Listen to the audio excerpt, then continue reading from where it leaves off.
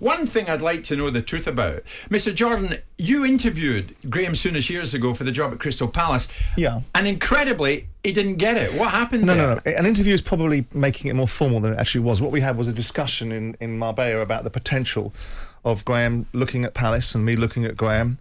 And it was an interesting conversation, and I think we were on different trajectories. At his time in his career, me being a certain type of full-on owner perhaps wasn't what Graeme wanted at that time. But what it was an interesting conversation where I got to speak to Graeme. I'd met Graeme before. Ironically, the first game I ever owned Palace was to his Blackburn. Got beat 2-0 in the first game, and he was in the boardroom telling me, "Welcome to the madhouse," which I said to him, if it's a madhouse, I'll fit right in.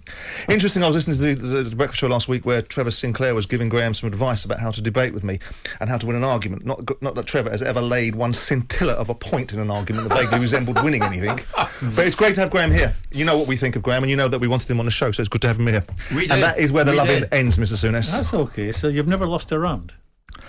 Well, have you seen what I've been competing against? You are here to raise the bar, matey. Oh, don't worry, we'll make that happen, and you will lose a few rounds, okay? We will see. That's what we like to hear. Graeme, you're most welcome. You come in here at a time that, of course, the Premier League is now up and running. And as we might have expected, Graeme, some surprise results. Liverpool draw. City win at West Ham. But Manchester United, day one for Ten Hag in the Premier League, and it didn't go well. Should United fans, Graeme, even this early, be worried? Be concerned, not worried. I mean, it's a business we're in, Jim. Everyone wants you to give a forecast on what's going to happen in this game and what's going to happen long term. Right now, they've played 90 minutes. What I'd want to say is that everybody gets fit at different stages of pre-season. Some of them would have been ready yesterday. Some won't be ready for another 2 or 3 games, maybe more.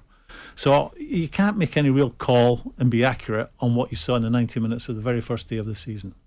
But I think in United's case, they've not really recruited any game changers for me. And when you start talking about, well, we're going to miss Martial, well, how many opportunities is that young man going to get to be a Man United player? He's proven already to me that he's not for Man United. He can't deal with the pressures of playing at Man United. Man United are one of the biggest clubs in the world. Whenever they play a game of football, they're playing against a team who, when the fixtures came out, looked at that day, would play Man United on that day, and they're very much up for it. Man United are in a cup final every time they go out and play a game of football. As Liverpool are, as Chelsea are, as Man City are now. They're the teams everyone wants to beat. So welcome to the big league. Jim White and Simon Jordan. Monday to Friday mornings from 10 on AM, on DAB, via the talkSPORT app and on your smart speaker.